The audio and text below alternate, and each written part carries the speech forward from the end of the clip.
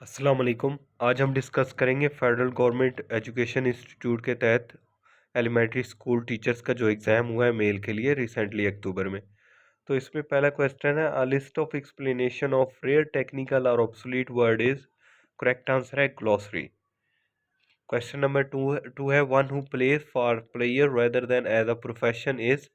इसका correct answer है amateur. Like जो प्लेयर प्रोफेशन के तौर पे नहीं खेलता, सिर्फ एज अ प्लेयर खेलता है, उसको एमेच्योर प्लेयर कहा जाता है। To turn over a new leaf idiom है जिसका मतलब होता है change one behaviour for the better. Question number 4 में करेक्ट स्पेलिंग को आइडेंटिफाई करना है, तो बीटा आंसर जो है वो सही है। नेक्स्ट है क्वेश्चन नंबर 5 में, what is a term for a word that imitates the sound it's describe.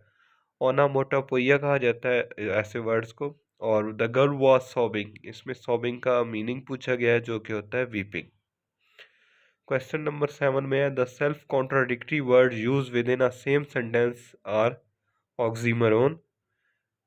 Next में एडजेक्टिव क्लास को आइडेंटिफाई करना है क्वेश्चन नंबर 8 में, तो इसका आंसर है I visited the town where they met. Question number 9 में हेमलेट का मीनिंग पूछा गया है, I let freedom ring from every हेमलेट।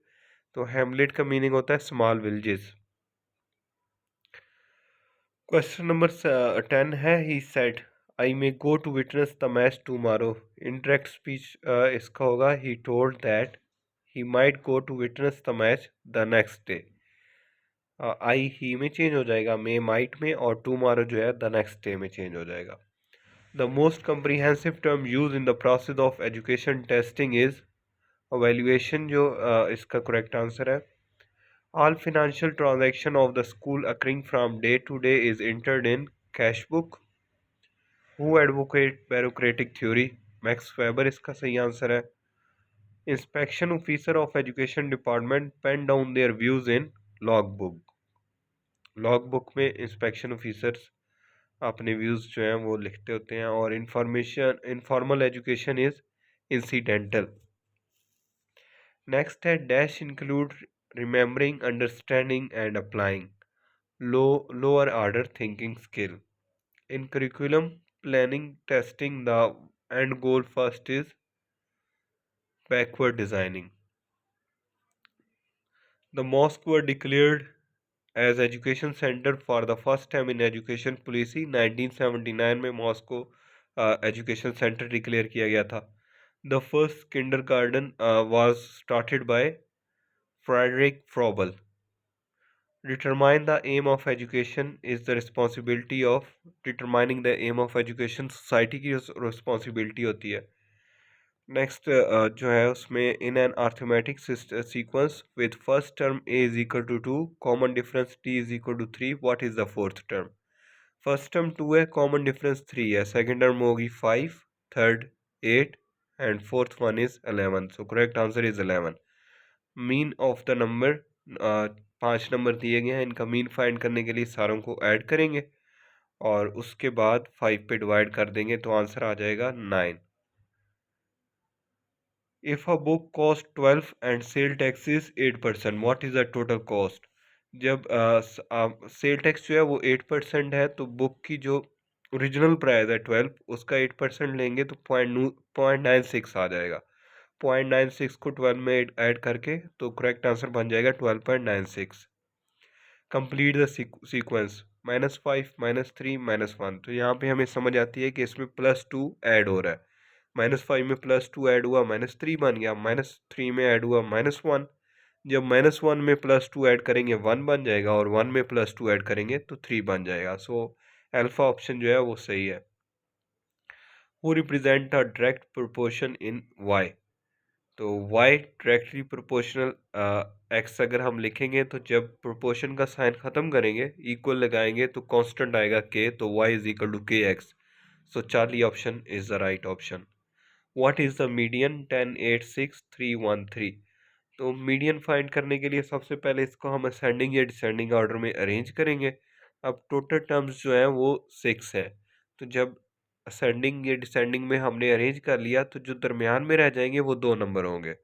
इस केस में जो दरमियान में रहने वाले नंबर हैं वो 3 एंड 6 होंगे। उन दो नंबर को ऐड किया जाएगा तो बन जाएगा 9, और 2 पे ऐड करेंगे, डिवाइड करेंगे तो 4.5 आंसर आ जाएगा। Evaluate -7 mod +3। जब भी ये मॉड के जो सिंबल है ये ख़त्म किए जाते हैं तो नेगेटिव जो होता है वो पॉजिटिव में चेंज हो जाता है, तो इस केस में -7 +7 में चेंज हो जाएगा और 3 के साथ ऐड होके आंसर +10 आ जाएगा। Sum of interior angle of a triangle, तो वो हमेशा 180 डिग्री ही होता है। नेक्स्ट है 4x-3 is greater than 9।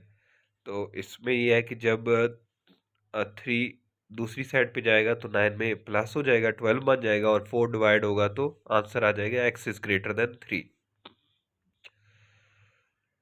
Mod of the data set, तो मॉड जो होता है कोई भी वैल्यू जो किसी भी सेट में सबसे ज़्यादा बार आ रही होती है वो मॉड होता है, तो इस केस में 7 सबसे ज़्यादा बार आ रहा है। Who were the first lady member of Balochistan assembly, तो इसका आंसर है Fazila Aliyani. Quaid-e-Azam 14 point were presented in response of Nehru report. Dash is the first woman in the history of Pakistan Army to reach the rank of Lieutenant General. Nigar Johar is the right answer. The Treaty of Friendship was signed in 1951 between Pakistan and China. The Pothohar Plateau contain the mineral deposit, तो इसमें rock salt, gypsum, oil सब पाया जाता है। Head Khanki is build on which river, तो इसका right answer है Chenab. Princess of hope जो है वो लसबेला बलूचिस्तान में वाक़ है। और who is the current chief of air staff of Pakistan air force, तो इसका राइट आंसर है Zaheer Ahmed Babar Sidhu. The only female speaker of national assembly of Pakistan, तो ये फहमीदा मिर्ज़ा थी। Which Pakistani fast bowler got the ICC test cap of the year 2018, तो Mohammad Abbas right answer है। Next है which gas is called dry ice, carbon dioxide को कहा जाता है।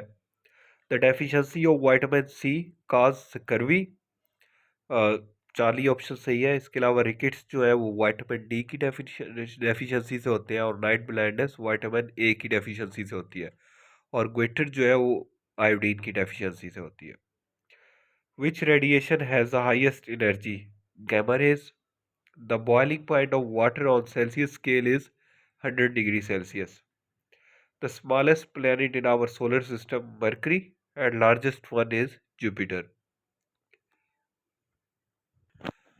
Light bends when it passes from one medium to another. This is called refraction. How many chromosomes are in human body? Total जो chromosomes होते हैं वो 46 हैं, लेकिन अगर वो पूछे पेयर तो फिर 23 राइट आंसर होगा।